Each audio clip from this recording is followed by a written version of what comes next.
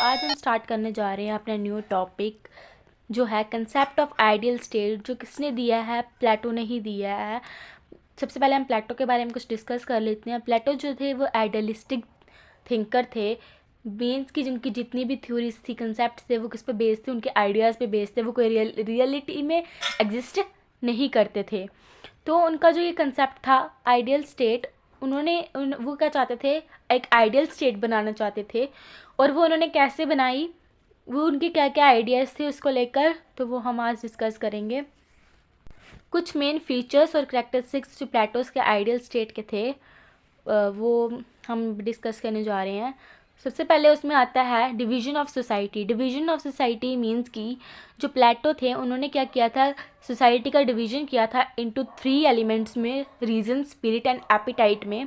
And secondly उन्होंने कहा कि रूल ऑफ फिलोसफर किंग, मतलब उन्होंने एक सिस्टम ऑफ एजुकेशन बनाया था जिसमें से उन्होंने क्या किया, फिलोसफर किंग को मतलब फिलोसफर किंग कैसे बनेगा उसकी पूरे प्रोसीजर बताया था उसमें। एंड अगर हमें आइडियल स्टेट बनानी है तो हमें क्या करना पड़ेगा, जस्टिस को इस्टेब्लिश करना पड़ेगा। तो जस्टिस जो है वो मेनली क्या है, लीगल इन नेचर है। उसको क्या कहते हैं, मतलब क्लासेस में डिवाइड कर दिया उन्होंने, ruler, soldier, proceeding class. Justice कैसे इस्टेब्लिश होगा, जब ये तीनों जो एलिमेंट्स हैं, तीनों जो क्लासेस हैं, वो अपने अपने फंक्शन और रिस्पॉन्सिबिलिटीज़ अच्छे से निभाएंगी। अब इन्होंने फोर्थ में क्या कहा है कि प्लेस ऑफ एजुकेशन। इन्होंने क्या किया, वेरी इंपॉर्टेंट प्लेस दिया हमारे में एजुकेशन को। एक आइडियल स्टेट बनाने के लिए एजुकेशन को बहुत ज़्यादा इंपॉर्टेंट प्लेस दी है।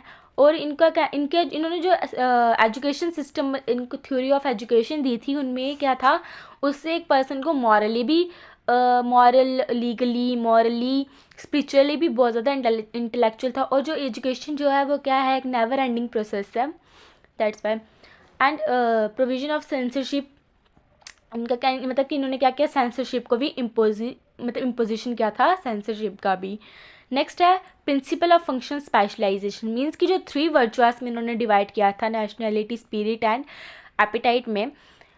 इनको क्या, इनका मानना क्या था कि अगर एक जैसे रैशनैलिटी वाला पर्सन है, उसको किसी, जैसे स्पिरिट वाला है, रैशनैलिटी वाले को क्या करना है, स्पिरिट के फंक्शंस में इंटरफेयर नहीं करना है, और स्पिरिट वाले को रैशनैलिटी वाले के फंक्शंस में इंटरफेयर नहीं, अगर मतलब कि वो उनके अंदर वो क्वालिटीज़ हैं तभी वो रैशनैलिटी, मतलब रूलर बने हैं या फिर सोल्जर बने हैं।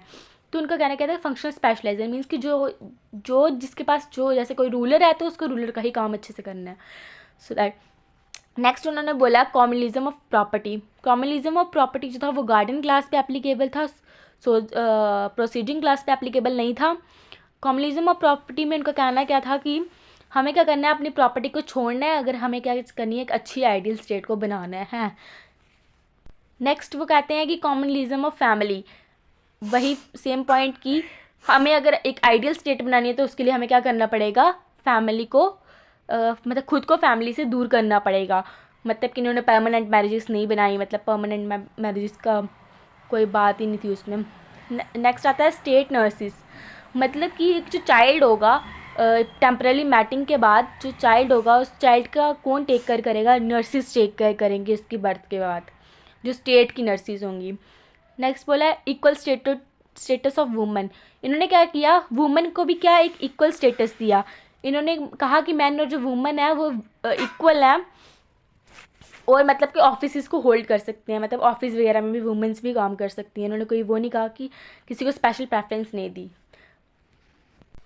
अब हम आइडियल स्टेट के, इनका प्लेटोस आइडियल स्टेट के क्रिटिसिज्म पे आते हैं। इनका कहना क्या था, metaphysical interpretation of society is misleading. Means कि इसमें जो मेटाफिजिकल इंटरप्रिटेशन थी सोसाइटी की वो क्या थी, मिसलीडिंग थी।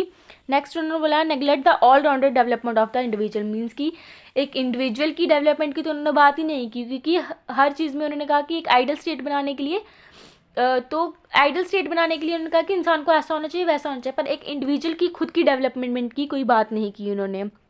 स्कीम ऑफ एजुकेशन जो थी वो एक्सक्लूसिव इन स्कोप थी। आइडेंटिटी ऑफ इंडिविजुअल और आइडेंटिटी ऑफ स्टेट को उन्होंने कॉमन किया, बट जबकि क्या एक आइडेंटिटी, मतलब उनको सेम कहा है इन्होंने, बट एक स्टेट का फंक्शन और एक इंडिविजुअल के फंक्शन में बहुत ज़्यादा डिफरेंस है। Communalism of property and family is very unjust. It justifies the institution of slavery, और ये क्या करते हैं, इंस्टीट्यूशन ऑफ स्लेवरी को भी जस्टिफाई करते हैं। सो आई होप कि आपको ये टॉपिक समझ आया होगा। अगर अच्छा लगा तो कृपया करके लाइक करें। Thank you.